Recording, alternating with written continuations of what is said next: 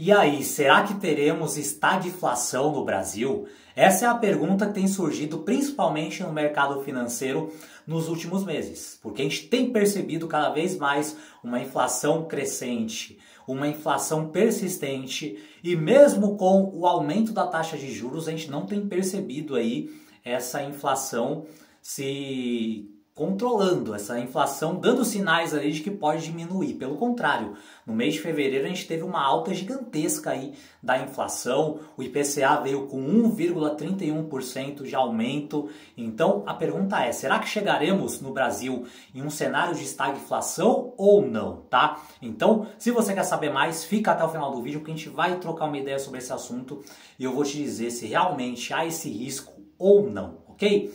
Então, antes da gente começar, é importante explicar o que é estagflação. Tem muitas pessoas que não entendem esse termo, tá? Estagflação basicamente é o quê? A junção de economia estagnada, né?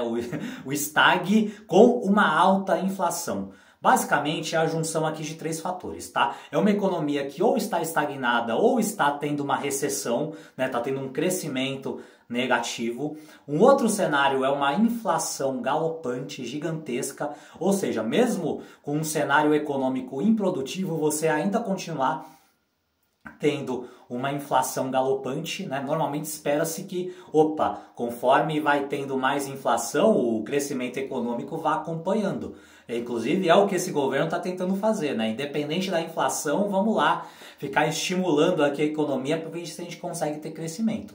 Só que num cenário de estagflação, o crescimento ou ele estagna ou ele fica negativo. E além disso, dentro desse cenário de crescimento negativo ou de estagnação, a gente acaba tendo também altos índices de desemprego. Então, um cenário de estagflação tem esses três fatores, tá? Um crescimento estagnado ou negativo, uma inflação galopante e um monte de gente desempregada.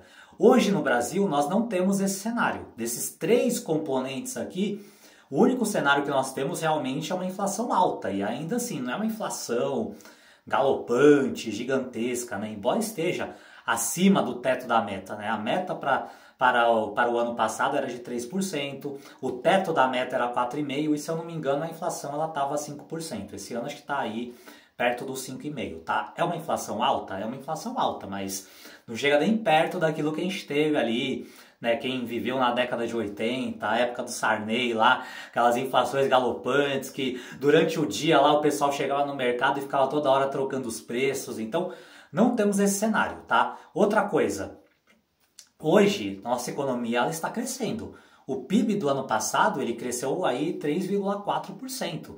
Então não é um cenário aqui de economia estagnada ou de uma economia que não está crescendo. Nossa economia cresceu. Podemos até discutir a forma como essa economia cresceu, que ao meu ver é uma forma errada, né? Você estimulando o crédito, estimulando aí um monte de coisas que fazem a inflação disparar. Podemos justificar aqui, podemos dizer que a forma como foi conduzido esse crescimento não foi adequada, mas o fato é, teve crescimento, a nossa economia ela está crescendo. E ao mesmo tempo também vivemos num cenário de pleno emprego.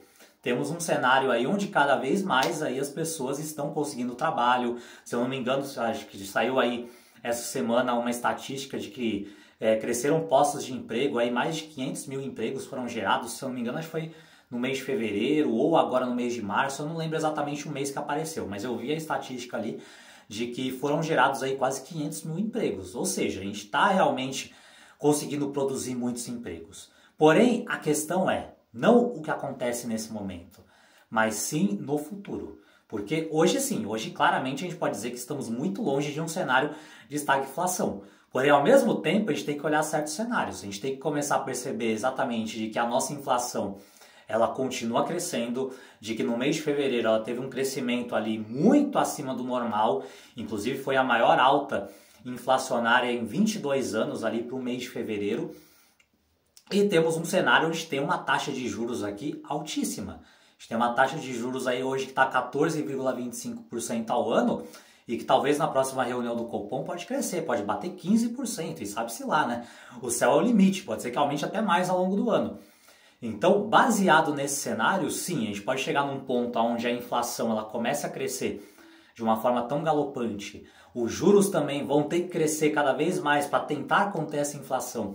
E num cenário ali onde a gente tem um juros altíssimo, onde isso comece realmente a afetar o motor da economia. Onde a gente começa a chegar num ponto onde os empresários comecem a falar, cara, não faz sentido manter o nosso negócio, cara. Hoje, se eu botar um dinheiro numa renda fixa, eu ganho muito mais dinheiro do que correndo risco aqui como empresa. E aí muitos empresários começam a fechar a empresa para ficar investindo em possibilidades ali que pagam tão bem ou às vezes até mais com muito menos risco. Fora que, né, quando você tem uma economia com uma taxa de juros tão grande, isso acaba fazendo também com que as dívidas elas também acabem ficando com juros muito altos. Isso acaba fazendo com que muitas empresas que estão endividadas quebrem, porque não conseguem acompanhar a taxa de juros aí que está sendo cobrada. E além disso também impede também que pessoas queiram adquirir empréstimos, ou empresas queiram adquirir empréstimo. Cara, como é que eu vou pegar empréstimo com um juros galopante desse, onde eu vou pagar 2, 3, 4, 5, 10 vezes mais do que aquilo que eu estou pegando de dinheiro? Então, todo esse cenário vai fazendo o quê? Com que essa atividade econômica ela vá derretendo, ela vai diminuindo. E conforme a gente vai tendo mais empresas quebrando, mais empresas endividadas, mais empresas fechando, a gente chega num cenário onde o crescimento econômico ele vai estagnar ou talvez se tornar negativo e, obviamente, muitas pessoas aí vão perder o emprego, vão acabar desempregadas. Então, sim, tá? Baseado nesse cenário, a médio e longo prazo a gente corre um risco.